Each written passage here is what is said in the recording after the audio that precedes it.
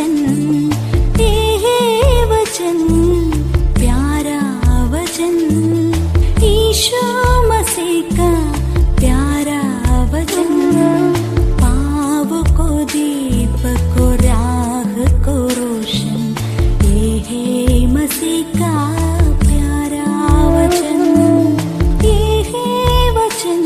परमेश्वर के धन्य नाम की महिमा हो। प्रभात मनन के सत्र 2033 में आप सभी का बहुत ही विनम्रता के साथ स्वागत करता हूँ। आइए आज के मनन के लिए हम पढ़ते हैं इब्रानी अध्याय 10 पद 31। जीवते परमेश्वर के हाथों में पड़ना भयानक बात है। परमेश्वर के बदला देने का स्वभाव के बारे में हम इन दिनों में चर्चा कर रहे हैं। हम इस बात को देख चुके हैं कि विश्वासी और अविश्वासी दोनों को अपने कर्मों के परिणामों को भुगतना पड़ेगा। निम्न विषय पर चर्चा करते हुए कल के मनन हम पुनः एक प्रश्न के साथ समाप्त किए थे।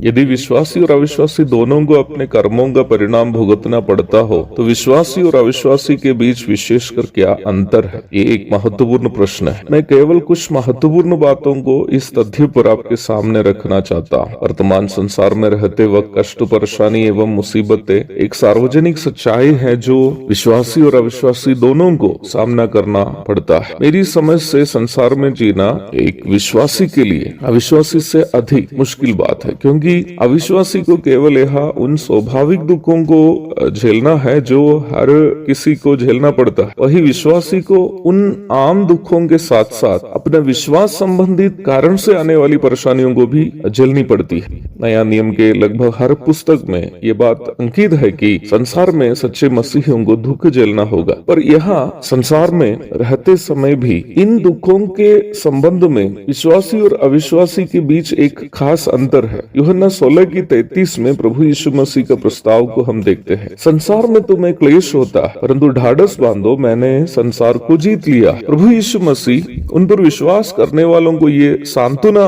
देता है कि यद्यपि उन पर विश्वास करने वालों को भी अन्य आम लोगों की तरह संसार में कष्ट सहने होंगे, पर यीशु मसीह पर विश्वास और भरोसा करने वाले लोग प्रभु की सामर्थ्य एवं अनुग्रह के सहारे उन कष्टों को पार कर सकते हैं। यहाँ प्रेरित पौलुस की प्रार्थना के उत्तर स्वरूप प्रभु की प्रतिक्रिया स्मरणीय है। अपने शारीरिक क्लेश के समय प्रेरित पौलुस ने 3 बार चंगाई के लिए प्रभु से प्रार्थना की। प्रभु का जवाब आप सभी अवश्य जानते होंगे, मेरा अनुग्रह तेरे लिए बहुत है, क्योंकि मेरी सामर्थ निर्बलता में सिद्ध होती है। 2 कुरिन्थी 12:9। इस संसार में रहते समय विश्वासी के जीवन में भी कष्ट आते हैं, परंतु उन कष्टों के समय विश्वासी यीशु मसीह पर भरोसा यदि करता हो तो प्रभु उन कष्टों के बीच में उसे सहने के लिए अपना अनुग्रह देने के साथ साथ उस दुर्बल हालात में भी अपनी सामर्थ देकर उन्हें अपनी महिमा के लिए इस्तेमाल करेंगे। आप मसीही इतिहास को जरा परखेंगे तो ये बात अवश्य देख पाएंगे कि प्रभु के लिए बड़े बड़े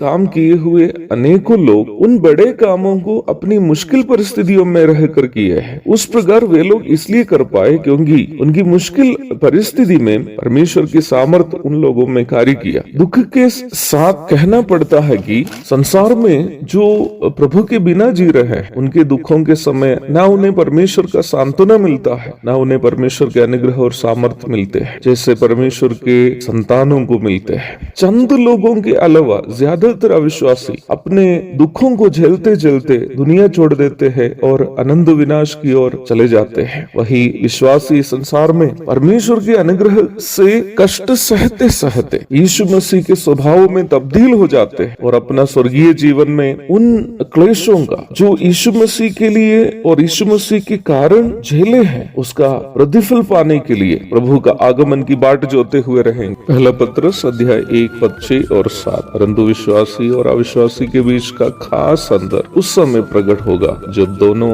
अपना यह संसार के जीवन समाप्त करके अनंतता में प्रवेश करेंगे। प्रभु दया करे तो निम्न विषय पर भी कुछ बातें हम कल मनन करेंगे। तब तक के लिए आपसे विदा हो जाता हूँ। प्रभु आप सबको आशीष दे। आमीन।